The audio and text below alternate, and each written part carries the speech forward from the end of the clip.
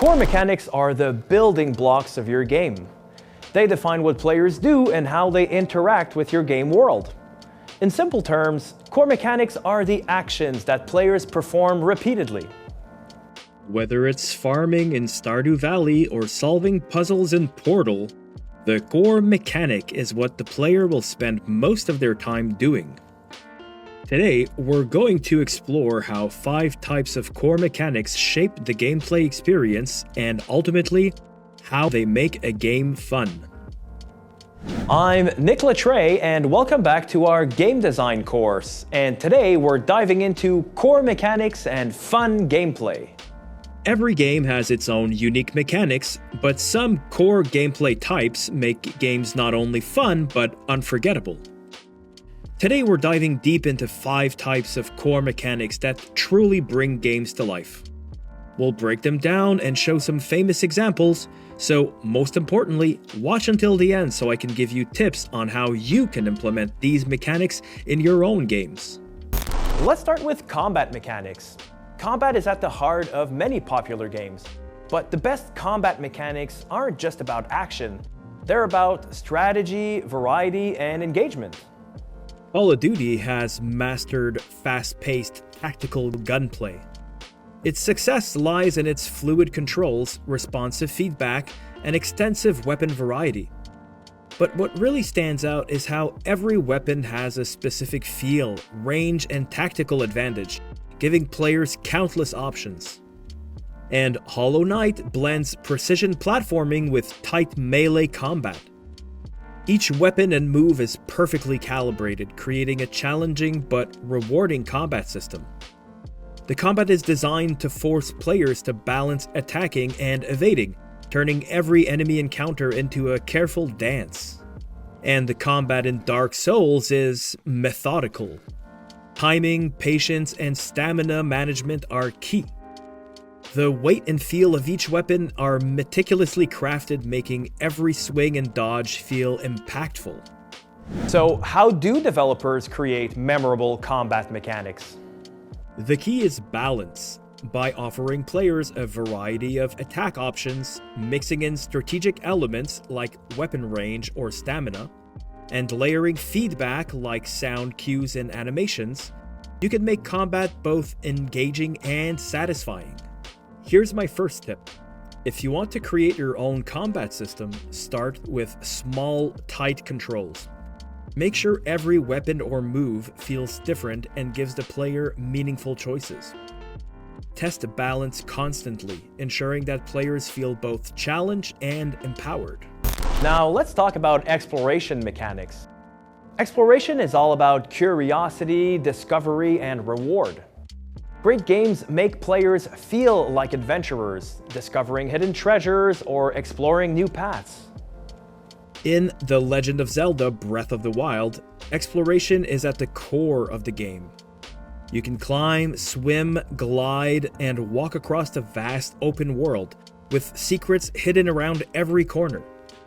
The joy of discovery is what drives the player forward. In Metroid, exploration is directly tied to progression. Unlocking new abilities opens up previously inaccessible areas, creating a satisfying loop of discovery and empowerment. And in Elden Ring, players are constantly rewarded for venturing off the beaten path, discovering hidden dungeons, bosses, or treasures. Exploration feels organic and rewarding, with no hand-holding required. To craft excellent exploration mechanics, developers focus on player freedom and rewards. It's about giving players control over where they go and making sure exploration feels purposeful by offering valuable rewards, whether it's lore, loot, or hidden shortcuts. Now, here's my second tip. Start on paper by writing ideas and sketches, and give your game world layers of depth. Think vertically and horizontally. Think meaningful rewards, both big and small, and give players tools or skills that allow them to explore more deeply as they progress. Use environmental clues to guide players without explicitly telling them where to go. Now, let's add another piece here with puzzle mechanics. Puzzle mechanics challenge players to think critically, solve problems, and experiment with the game's systems. Portal 2 is a masterclass in puzzle design. The portal gun introduces simple mechanics that become progressively more complex, leading to incredibly satisfying aha moments as players solve each chamber one by one. And in The Witness, every puzzle is built on a consistent set of rules that evolve as you progress. It teaches you through design, challenging players to apply their knowledge in increasingly clever ways. And in Hollow Knight, while it's known for its combat, it also incorporates environmental puzzles like platforming challenges and navigation puzzles. These puzzles often reward exploration and skillful use of the game's mechanics. Developers make great puzzles by introducing simple mechanics and then layering complexity over time. The key is to teach players the rules of the puzzle naturally, without tutorials, and then subvert their expectations as they progress. So how can you replicate this? When designing puzzles, start with a simple core concept and expand on it gradually. Think about how you can introduce new layers of difficulty without overwhelming the player, and make sure your puzzles harmonize together as a group of similar puzzles, not to totally confuse them from one level to the next. Next up, resource management mechanics. Resource management adds depth to games by forcing players to make tough decisions about using limited resources like ammo or health or money. In Resident Evil 4, managing ammo and healing items adds tension. Every bullet counts, so players must think carefully about when to fight and when to run. In Stardew Valley, the game's farming system requires players to balance time, energy, and money to create the most efficient farm possible. It's all about long-term planning and prioritizing your tasks. And in XCOM 2, you manage both battlefield resources, like grenades and medkits, and strategic resources, like research and funding, making every decision critical for the survival of your squad and humanity.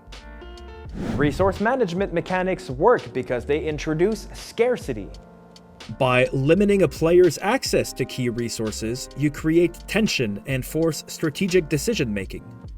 The key is to balance scarcity so it adds challenge without making the game feel punishing. Unless, of course, that's what you were going for. Start by identifying the core resources in your game, whether that's health, ammo, currency, or something else. Then decide how to make these resources scarce, but attainable through skillful play. Make players feel the weight of risk versus reward, and always provide opportunities for them to recover or gather more resources as part of the core gameplay loop. And lastly, progression mechanics. Progression mechanics keep players hooked by providing a constant sense of achievement, either by leveling up or unlocking new abilities or advancing the story. Call of Duty multiplayer mode's progression system is highly addictive. Players unlock new weapons, perks, and skins as they gain experience, creating a constant sense of improvement and personalization. In Hades, every run allows you to carry forward some progress, whether it's permanent upgrades or story advancement. This roguelite progression ensures that even when you die, you feel like you've made some progress. And in Skyrim, progression is incredibly flexible. Players can level up by practicing skills they enjoy, whether it's combat, magic, or crafting, giving them freedom to shape their character as they see fit. Great progression systems provide both short-term and long-term rewards. Players should feel like they're making meaningful advancements regularly, whether it's by leveling up, gaining new gear, or unlocking new abilities. The trick is to balance frequent small rewards with larger milestones that truly feel satisfying. So here's the final tip. When building a progression system, focus on creating a steady drip of rewards. Whether it's new abilities, gear, or story content, keep your players invested by making sure every action feels like it contributes to the overall progress. If you have the time or budget, you can also create multiple progression paths to give players freedom and variety. So, to recap, combat, exploration, puzzles, resource management, and progression are all key mechanics that make games fun and engaging.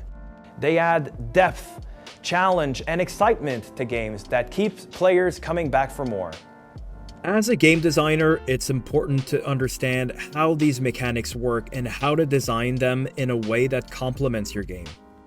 Whether you're balancing combat, designing intricate puzzles, or creating a sense of progression, each mechanic should work together to create a cohesive experience. So start small, iterate, and keep refining your mechanics to make your game fun and rewarding. If you enjoyed this analysis and want to dive deeper into game design principles, make sure to like and subscribe to keep up with the next course in this Game Design 101 series. So, what core mechanics do you think make games fun? Let me know in the comments below, and I'll see you in the next one.